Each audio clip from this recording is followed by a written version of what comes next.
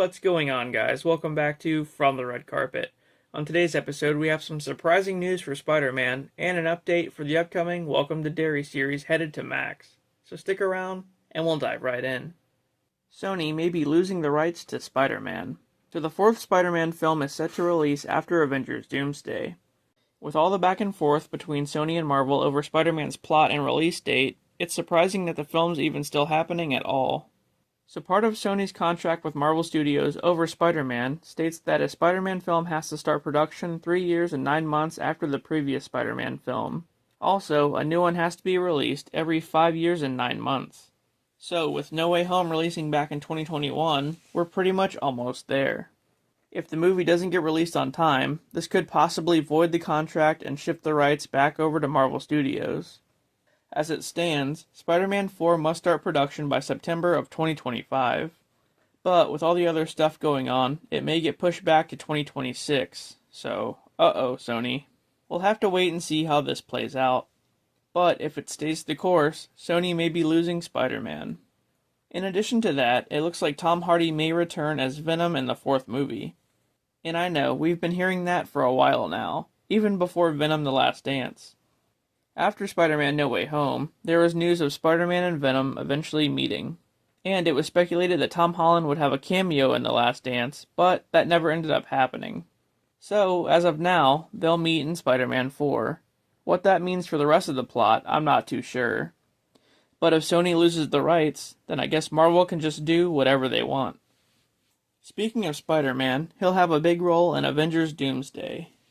Much like Spider-Man was going to be a main character in Avengers Kang Dynasty, it looks like it'll be the same for him in this one. Joining him will be some other MCU characters from Phase 4 and onward, like the Thunderbolts, the Fantastic Four, and many others. It's been reported that Marvel Studios is casting for a big yet unknown role in the Secret Wars movie. A lot of people are suspecting this to be the Beyonder, which would make a lot of sense because he was the one who created Battleworld in the comics. But the MCU version of the story changed it so that Doctor Doom creates Battleworld. Who knows, they may only introduce the Beyonder just so that Doom can take his power and become God Emperor Doom, which is pretty much like Doctor Doom, but with cosmic powers. Anyway, it's still too early to tell, but Secret Wars is going to be epic.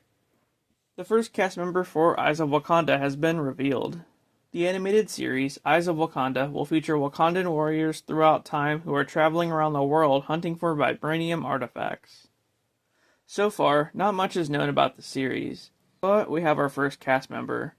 Cress Williams, from the Black Lightning DC series, has been cast as the character named Lion. The only other confirmed cast member is Denai Guerrera, who of course is coming back as Okoye.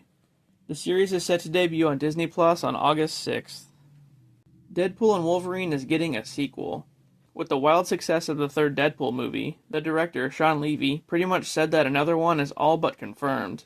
However, it wouldn't happen until way after Secret Wars. Ryan Reynolds and Hugh Jackman would both return as Deadpool and Wolverine. Not only that, but it looks like Jackman may just be the MCU Wolverine going forward.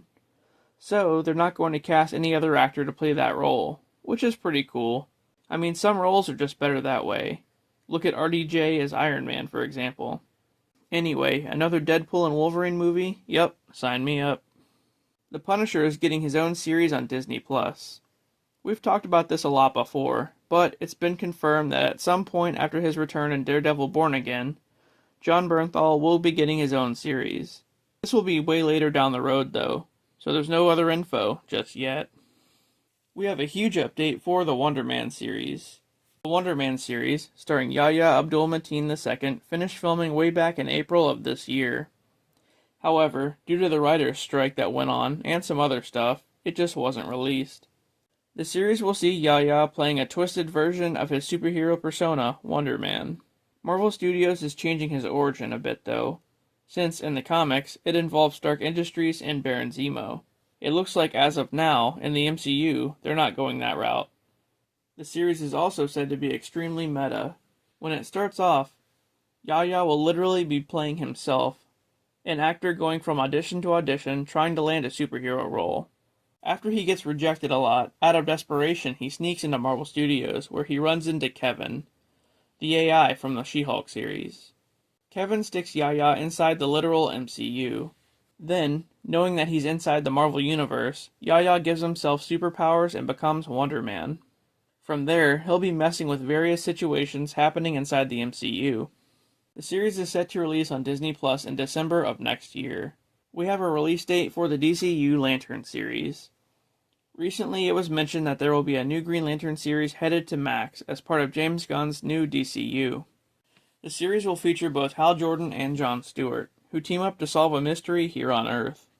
As of now, the series will be releasing around the same time as Supergirl, Woman of Tomorrow, which is set to release on June 26, 2026. So we can expect it probably sometime in June of that year. We have a new photo of Jared Leto and Tron Ares. The third film in the Tron trilogy will see Jared Leto as Ares, a program within the grid that ventures out into the real world on a new adventure. Also in the film will be Jodie Turner-Smith, Greta Lee, Cameron Monaghan, and Evan Peters as Julian Dillinger. I'm not sure if he'll be a brother of Cillian Murphy's character, who was Edward Dillinger Jr., the son of the villain from the first movie. Evan Peters might be playing the son of Cillian Murphy's character, but I'm not too sure. On another note, Jeff Bridges is coming back as Kevin Flynn. That's surprising news, especially due to him dying at the end of the last movie. But either way, I'm really excited for this one. Tron Ares is hitting theaters on October 10th, 2025. Lastly, we have a first look at the Welcome to Derry series headed to Max. So, this series will take place in the 1960s, 27 years before the events of the first It movie, and it'll consist of 9 episodes, 4 of which will be directed by Andy Muschietti, who directed the remake and its sequel. Also, Bill Skarsgård will return as Pennywise.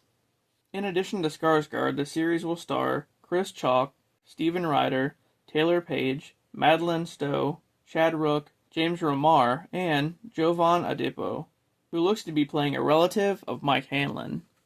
There's no set release date just yet, but it's due out at some point in 2025 on Max.